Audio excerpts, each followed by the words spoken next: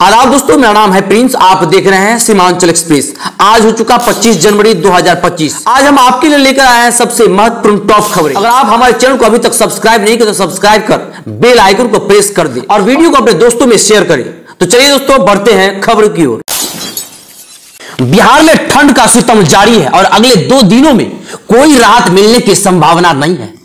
मौसम विभाग ने प्रदेश के 18 जिलों में घने कोहरे का अलर्ट जारी किया है, जिससे कनकनी बढ़ने की आशंका है। पछुआ हवा चलने से न्यूनतम तापमान में कोई विशेष बदलाव नहीं होगा, लेकिन अगले 2 दिन बाद न्यूनतम तापमान में 2 से 3 डिग्री सेल्सियस तक गिरावट आ सकती है। इसके अलावा 27 जनवरी को बारिश का अलर्ट भी जारी किया गया है। इस बीच कड़ाकी ठंड को देखते हुए राज्य सरकार ने 10 जिलों में 12वीं तक के स्कूल 25 जनवरी तक बंद कर दिए हैं। पटना, गोपालगंज, मोतिहारी, सहरसा, छपरा, अररिया, मधेपुरा, सुपौल, कटिहार और मधुबनी में प्राइवेट और सरकारी स्कूलों में छुट्टी कर दी गई है। बिहार में चल रहे विशेष भूमि सर्वेक्षण के लिए भूमि संबंधी दस्तावेजों के प्रबंधन को लेकर राजस्व एवं भूमि सुधार विभाग ने बड़ी राहत दी है। अगर किसी कारणवश आपका खतियान खराब हो गया हो या खो गया हो तो आप परेशान होने की जरूरत नहीं।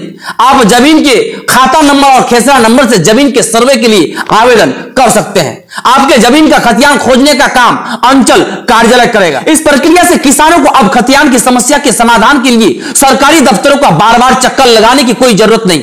सर्वे में लगे कर्मचारी रैयतों को खतियान खोजने में मदद करने के साथ ही अन्य समस्याओं का भी समाधान करेंगे।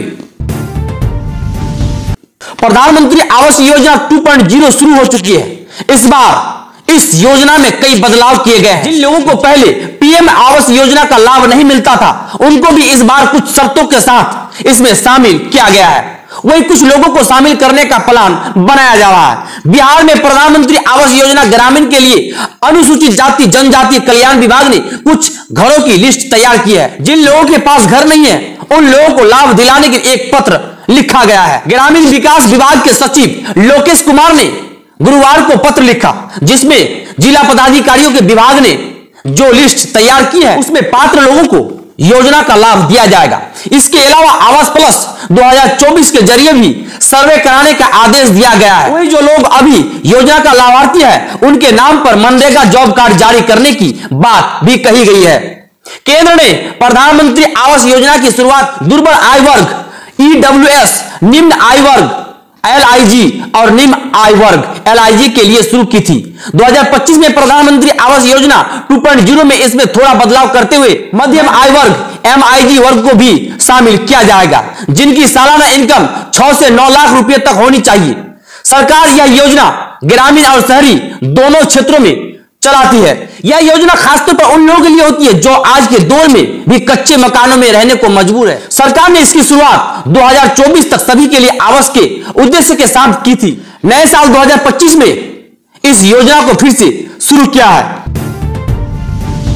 बिहार सरकार ने राज्य के बुजुर्गों के स्वास्थ्य और जीवन स्तर को बेहतर बनाने के लिए एक महत्वाकांक्षी योजना वय वंदन योजना की शुरुआत की है। इस योजना का उद्देश्य राज्य के 70 वर्ष और उससे अधिक आयु के बुजुर्गों को आयुष्मान भारत योजना की तहत स्वास्थ्य सुविधाएं प्रदान करना है।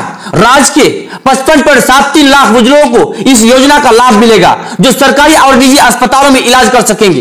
बुजुर्गों की सुरक्षा और आत्मनिर्भरता का नया अध्याय वय वंदन योजना के तहत राज्य के बुजुर्गों को 5 लाख रुपए तक का स्वास्थ्य बीमा मिलेगा, जिससे वे लोग अपनी बीमारी का इलाज बिना किसी वित्तीय चिंता के करवा सकेंगे। इस योजना का सबसे बड़ा लाभ यह है कि परिवारों के बुजुर्ग अब अपना इलाज खुद के खर्चे पर कर सकेंगे, जिससे उनका बोझ कम होगा। इस योजना के अंतर्गत राज्य में पहले से चल रही आयुष्मान भारत योजना को बुजुर्गों तक विस्तारित किया गया है। अब तक 3.67 करोड़ लोग आयुष्मान कार्ड का लाभ उठा चुके हैं और इस पहल के साथ ही 70 वर्ष से ऊपर के बुजुर्ग भी इन सुविधाओं का हिस्सा बनेंगे।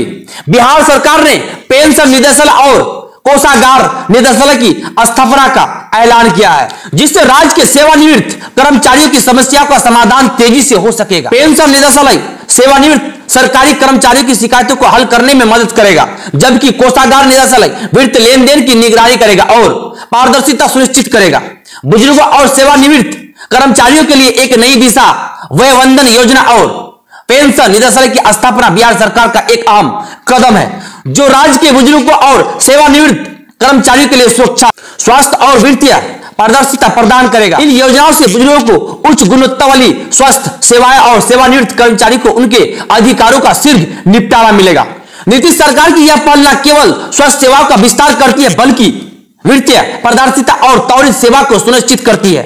यह कदम बिहार के बुजुर्ग और सेवानिवृत्त कर्मचारियों के जीवन स्तर को बेहतर बनाने में महत्वपूर्ण भूमिका निभाएगा। बिहार के मोकामा में बुधवार की शाम को पंचमहला थाना क्षेत्र के नौरंगी गांव में हुई गोलीबारी मामले में अभियुक्त पूर्व विधायक अनंत सिंह ने बाहर कोर्ट में शुक्रवार को सरेंडर कर दिया है। इसके बाद अनंत सिंह को जेल भेज दिया गया है। सोनू मोनू गैंग और अनंत सिंह समर्थकों के बीच गोलीबारी हुई थी। इस घटना में 3 केस दर्ज किए गए थे। सोनू सिंह को पुलिस ने शुक्रवार की सुबह ही गिरफ्तार किया था। शुक्रवार को अनंत सिंह ने बाहर कोर्ट में सरेंडर किया, जिसके बाद बड़ी संख्या में उनके समर्थक भी कोर्ट परिसर में पहुंचे। इधर पुलिस बलों की हलचल भी कोर्ट परिसर में तेज हो गई। भारी संख्या में पुलिसकर्मी भी मौजूद रहे। कोर्ट में सरेंडर करने के बाद अनंत सिंह को जेल भेज दिया गया। कड़ी सुरक्षा के बीच अनंत सिंह को जेल भेजे गए। उन्हें 14 दिनों की हिरासत में भेजा गया है। गुरुवार रात पूर्णिया सांसद पप्पू यादव ठाकुरगंज पहुंचे, जहां उन्होंने सीमांचल क्षेत्र की दुर्दशा पर चिंता जताते हुए मुख्यमंत्री नीतीश कुमार और भाजपा पर गंभीर आरोप लगाया है। पप्पू यादव का ठाकुरगंज में जोरदार स्वागत हुआ। उन्होंने स्थानीय निजी क्लिनिक नियाज हॉस्पिटल का दौरा किया और आयुष्मान कार्ड के माध्यम से मुफ्त इलाज की सुविधा अब देने वाले hospital director doctor Asif Saeed एवं उनके टीम की जमकर सराहना की। सांसद ने किसानगंज की गरीबी पर चिंता व्यक्त करते हुए कहा कि यहाँ छोटे किसानों की बड़ी संख्या है। उन्होंने अनाज की खेती के लिए सब्सिडी की मांग की और क्षेत्र में उद्योग की कमी पर चिंता जताई। पप्पू यादव ने कहा कि रोजगार की तलाश में सबसे ज्यादा पलायन किसान से दक्षिण भारत और पंजाब की ओर होता है। उन्होंने महानंदा नदी पर बांध निर्माण, नदी का नवीकरण और चाय की खेती को बढ़ावा देने की मांग की। किशनगंज में एएमयू के लिए बड़ी आंदोलन की बात कही। बीजेपी पर हमला करते हुए पप्पू यादव ने कहा कि पार्टी जातिवाद सोच रखती है और दलित मुद्दों से भागती है। उन्होंने दावा किया कि भाजपा नीतीश कुमार को राजनीतिक रूप से समाप्त करना चाहती है। एआईएमआईएम चीफ असदुद्दीन ओवैसी ने दावा किया कि उनके प्रत्याशी सिफाउर रहमान जेल में रहते हुए ओखला से चुनाव जीतेंगे। सिफाउर रहमान इस वक्त जेल में बंद है। ओवैसी ने कहा कि अगर अरविंद केजरीवाल जमानत ले सकते हैं और चुनाव लड़ सकते हैं तो एआईएमआईएम उम्मीदवार सिफाउर रहमान भी जेल के अंदर से चुनाव लड़ सकते हैं और जीत सकते हैं। ओवैसी ने यह टिप्पणी उस समय की जब वो ओखला में अपने प्रत्याशी सिफाउर रहमान के लिए प्रचार कर रहे थे। जनसभा को संबोधित करते हुए एआईएमआईएम चीफ ने कहा, अगर इस देश में अरविंद केजरीवाल को जमानत मिल सकती है और 6 महीने के बाद चुनाव लड़ सकते हैं तो सिफाउर रहमान को जेल के अंदर से जिताएंगे। इस दौरान ओवैसी ने ओखला सीट से अपने प्रत्याशी सिफाउर रहमान की तुलना पूर्व केंद्रीय मंत्री जॉर्ज फर्नांडिस से की। उन्होंने कहा कि अगर फर्नांडिस बड़ौदा डायनामाइट मामले में बिहार की जेल में बंद रहते हुए भी चुनाव जीत सकते हैं तो ये ओखला से जीत हासिल करेंगे। जेल में रहते हुए चुनाव लड़ेंगे और विधायक बनेंगे। सिफाउर रहमान और ताहिर हुसैन को उम्मीदवार घोषित करने के लिए एआईएमआईएम की आलोचना करने के लिए ओवैसी ने सभी दलों पर जमकर हमला बोला। ओवैसी ने कहा कि जो लोग आपत्ति जता रहे हैं इन्हें इस पर शर्म आनी चाहिए। सवाल क्या वे भारतीय संसद में इन सांसदों को नहीं देख सकते जिनके खिलाफ कई गंभीर मामले दर्ज हैं। एआईएमआईएम ने आम आदमी पार्टी के पूर्व पार्षद ताहिर हुसैन को मुस्तफाबाद और ओखला सीट से सिफाउर रहमान को टिकट दिया है। ये दोनों ही नेता इस वक्त जेल में बंद है। बता दें कि दिल्ली में विधानसभा चुनाव एक ही चरण में होंगे और यहां 5 फरवरी को वोट डाले जाएंगे और 8 फरवरी को चुनाव के नतीजे घोषित किए जाएंगे। प्रधानमंत्री नरेंद्र मोदी का अगले महीने यानी फरवरी 2025 में बिहार दौरा होने वाला है। आगामी 24 फरवरी को पीएम भागलपुर आएंगे। इस दौरान वे किसानों से संबंधित विभिन्न योजनाओं के साथ ही कई और सौगात बिहार वासियों को देने वाले हैं। वे केंद्र सरकार की कई परियोजना की शुरुआत भी कर सकते हैं। इससे पहले केंद्रीय कृषि मंत्री शिवराज सिंह चौहान शुक्रवार यानी 24 जनवरी को बिहार पहुंच रहे हैं। वे पीएम मोदी के संभावित दौरे की तैयारियों की समीक्षा करेंगे। प्रधानमंत्री के आगमन को लेकर भागलपुर में तैयारियां शुरू हो गई है। बताया जा रहा है कि पीएम के कार्यक्रम को लेकर शुक्रवार को ही इसकी तैयारी की समीक्षा केंद्रीय मंत्री शिवराज सिंह चौहान करेंगे। शिवराज सिंह चौहान शुक्रवार को उप मुख्यमंत्री सम्राट चौधरी और कृषि एवं स्वास्थ्य मंत्री मंगल पांडे के साथ हेलीकॉप्टर से दोपहर 1 बजे भागलपुर एयरपोर्ट पर उतरेंगे। यहां जिला प्रशासन के पदाधिकारियों के साथ बैठक करेंगे और सारी तैयारियों की समीक्षा करेंगे। बैठक करीब 1.5 घंटे तक चलेगी। मंत्री दोपहर 2:45 बजे एयरपोर्ट से पटना के लिए प्रस्थान करेंगे। मंत्रियों के आगमन को लेकर भागलपुर डीएम ने सारी तैयारियां पुख्ता कर ली है। सुरक्षा को लेकर राजधानी तक के लिए सभी अधिकारियों की जिम्मेदारी तय कर ली गई है। मुख्यमंत्री नीतीश कुमार की प्रगति यात्रा के चौथे चरण का कार्यक्रम घोषित कर दिया गया है, जिसका आगाज 1 फरवरी से भागलपुर से होगा। 11 दिन के इस चरण में मुख्यमंत्री 7 जिलों का दौरा करेंगे, जिसमें 1 फरवरी को भागलपुर, 2 फरवरी को बांका, 6 फरवरी को मुंगेर, 8 फरवरी को शेखपुरा और लखीसराय, 10 फरवरी को जमुई, 11 फरवरी को नवादा जाएंगे। इस दौरान करोड़ों की योजना की सौगात जिले वासियों को देंगे।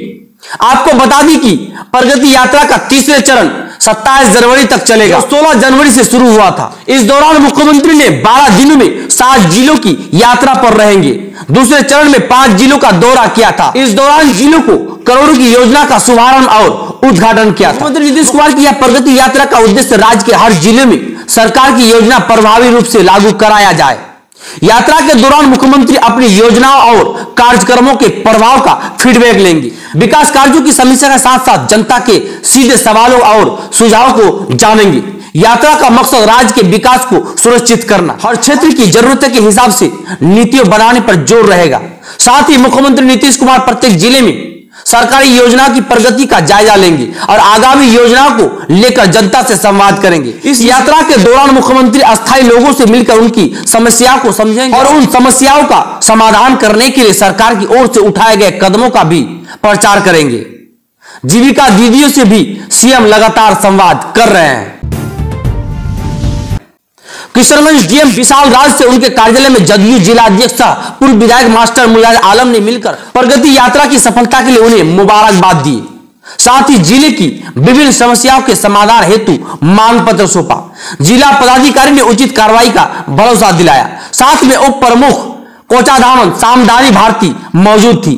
मांग पत्र में +2 हाई स्कूल सिंघीमारी और पदस्थापित शिक्षक की विद्यालय परिसर में अश्लील हरकतों की शिकायत पर जांच कर उचित कार्रवाई के संबंध में रुस्तुम अली अल्पसंख्यक आवासीय विद्यालय किशनगंज में अस्थायी रूप से 4 चक्का या एम्बुलेंस की व्यवस्था, सामुदायिक स्वास्थ्य केंद्र कोचाधामन में आवश्यक मानव बल उपलब्ध कराने के संबंध में